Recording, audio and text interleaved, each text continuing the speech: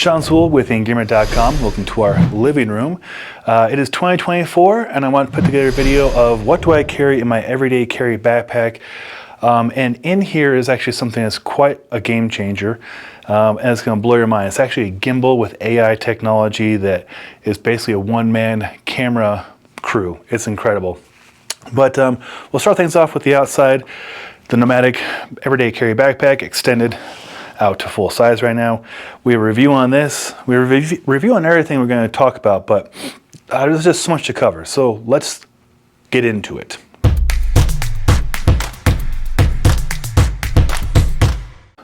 Like I mentioned, this is the Nomatic everyday carry backpack. Been using it for 6-7 months since it came in. I love it.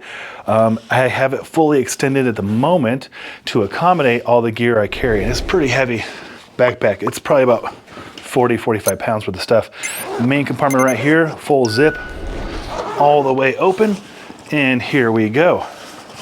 Peak Design camera cube, the new ones. Probably recognize that from the last review. The Insta360 Ace Pro with cage and some microphones just came out about a month ago. And then yet more camera gear. This time it is the Insta360 X3 with this cage and the DJI microphone. Had a review up on that a few weeks ago. And some various contraptions to go along with it. Remote control for the Insta360 Ace Pro right there. And chargers for the microphones and such. And then what really is the standout of the show and I want to talk about is this. This is the Hohem iSteady M2 gimbal. As you saw, the whole thing fit in the backpack. I didn't have to break it down to accommodate fitting in this everyday carry backpack. It's not even specifically a camera backpack. It's just a backpack. Other things I carry in here, additional microphones, another set of the Rode Wireless Pro, or Rode Wireless Go. I'm using the Rode Wireless Pro for the video, and then an XLR adapter just in case I have to go into a mixing board. We'll get this kind of out of the way for the moment, and I'll show you the camera that I use most often. We're shooting on the Sony A7R5, the Sony 20mm 1.8 prime, but that's a nice beefy camera. But for running gun stuff, I like to use the newer Sony ZVE1 with this unique little kind of cheater lens. It's APS-C 1.8 11mm. I did a video how I set this up. The key to using it with this camera is to clear image zoom into about 1.4, 1.5, and that'll get rid of that vignetting, and then it'll just make it a really easy to use lens. And then with the clear image zoom, you can still zoom in more or less. And then of course it goes to digital image zoom. But that is the setup, and on top are the DJI microphones. Now I've done several videos on comparing the sound between the Rode and the DJI and even the new Rode Pro, as well as some other competitors out there, and they're all pretty good. It's just kind of based on what you want to go with. Now this gimbal is the real reason I wanted to shoot this video. It's lightweight. For comparison, you're probably wondering like what size it is. My usual go-to gimbal is the DJI, what is this, RS3, I believe? RS3, yeah. And to make it compact, you take the handle off. Now it's in place. You can take the tripod off. And now we have a comparable gimbal. As you can see, it's quite a bit bigger. It's also quite a bit stronger, and it's very easy to balance and very reliable and easy to navigate, and it's just a great gimbal. This one is smaller, lighter weight, can't handle the payload that the DJI can, but it can handle this. It can handle a full-size camera with a light lens.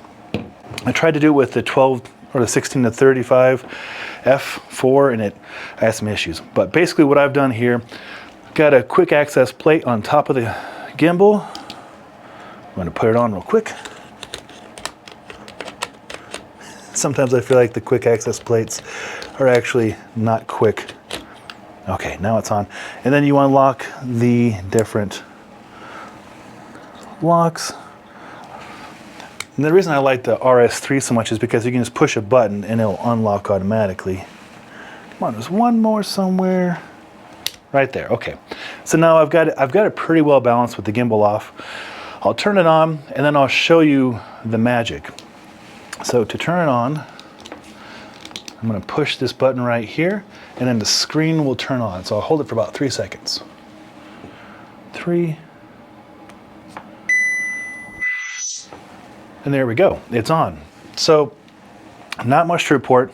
It is a gimbal, has all the same modes as any other gimbal you see. I usually keep it in pan follow and that just gives me a real easy use. And of course I have it cleared so I can use the microphone on top there. And it's just a nice gimbal. And it will connect to a lot of cameras via Bluetooth. You can also connect via cables. It comes with this really nice case too. And in there is pretty much all the cables you could think of. It also comes with an action camera mount. I don't know why you would do the action camera with a gimbal. And then a smartphone mount, which is actually a really smart smartphone mount, and it has a cold shoe on it. And then a nice organizational placement. And this is actually the tripod it comes with. I just prefer the Insta360 one because you can do that and get real stable. So all about stable. But the other one that it comes with is sufficient enough. There's that, but it can't do that. So big difference, obviously. But that's not a fault. This is nice as well. But when you can do something better, I'll do it better. So I have that one on there. Okay, so I'm going to turn on the camera. And then I'm going to start pushing record. Again, I can set it all up and you can do it from here as well. But the real star of the show, sure, this is a gimbal, that's awesome, but it's actually this thing that I want to show you. This little contraption. This is the brains of the operation. So the gimbal itself, a lot of features. There's a lot of people who have done reviews on this that will show you in way more detail and are much more helpful than I am, how to set it up, how to do all this stuff. Basically what I use it for is 1, 2, 3, it pivots around. Hello, and I'm in selfie mode. And then I'm going to turn on this right here. Red light currently, flashes a few times, and then I give the okay, and it has a green light, and then watch this. It's just gonna follow me. If you don't believe me, watch this.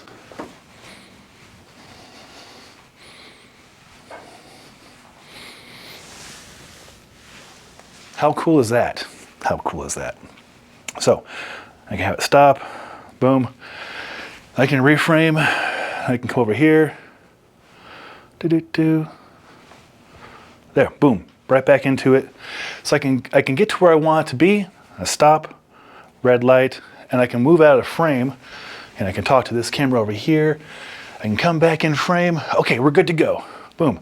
And now it's recording and tracking me again. That's incredible. That's incredible.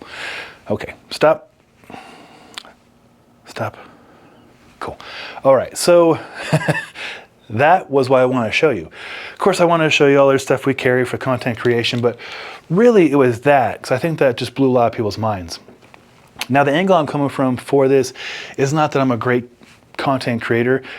I am a professional fitness instructor and outdoor person. I split board, camp in the snow, test gear for Patagonia and Arc'teryx North Face. We have a 50-person team on our Engearment team, and we're just dirt bags. We're not professional video people, although I do get paid to do video work for some people like Pavel and Brett Jones. I'm not coming at this from like, these are the best settings you should use. No, I just want to show you how it works, how simple it was. I'll do it again. I'll just turn it on. Why not? Yeah, we're back to it. How cool is this? If you're a solo content creator and you have this technology, that's game changing. You don't have to pay somebody else to come film with you. You can just film, and you can do this for somebody else. You can have them do the okay and or the stop, and you're good to go. And another cool thing about it is, let's see if I can pan this guy over to you guys so you can see. but that contraption is also a little light. And you can change with this big dial right here how bright or non-bright you want it. There we go. And then also you can change it to RGB, but I don't really care about that. I've got my other lights right here for that, but it's nice if you're filming in low light situation and you just need something in a clutch. So a little bit of comparison to the RS3. RS3 is stronger, more stable, easier to balance, and can handle bigger payload. And the cool features are it'll just lock automatically. So when you go to use it, you can use it, you can put it to sleep, and or you can just have it lock into place automatically. It's my favorite features about it, but I don't carry it with me because you see how big it is. I keep it in my camera backpack, but my everyday carry backpack, which literally is that right there, the Nomatic everyday carry backpack, I actually do carry this. As you saw, I pulled it right out of there. I didn't have to adjust anything. All I had to do was unlock the 3 locking axes and then put the camera on there, and we're good to go. We're filming. So the combination of having that, having an action camera and a 360 camera cover most of what we're doing for content creation. You shoot in 4K, 24 or 60 frames per second. I can carry extra batteries, extra microphones, all that right here. And all that's going into basically a 25-liter backpack. And that is the basis for almost all the videos we shoot that you see for Patagonia and outdoor research and all that. It's all done with this gear right here. When I am at home, I do try and shoot on the A7 IV or A7 R5, R4 I think, right there. But they're really expensive cameras, so I try not to take them out in the field too much. This guy, I mean, it's expensive to me. It's, you know, $2,500. The lens is about $500, so it's not as bad as taking a prime or taking, you know, a nice zoom that's over $1,200. So this is a pretty easy little setup. And speaking of being economical, this gimbal is like $280. So price point is really sweet, and it's still fully functional. You know, it's still a real gimbal that can do all the things that the RS3 or other gimbals can do. But it just has that really cool technology where, again, I just can't get enough of it. Yeah, right there. Let's go for a walk. How cool is that? I can't get over it. It just works.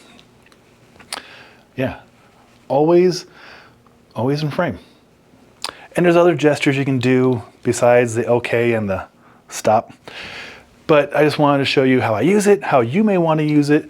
To learn more, you can find a lot more videos on people going into way better detail than I'm doing on this. But just want to turn my audience onto it because a lot of you shoot content for your schools or for your nonprofits, for your gyms, or just for family memories.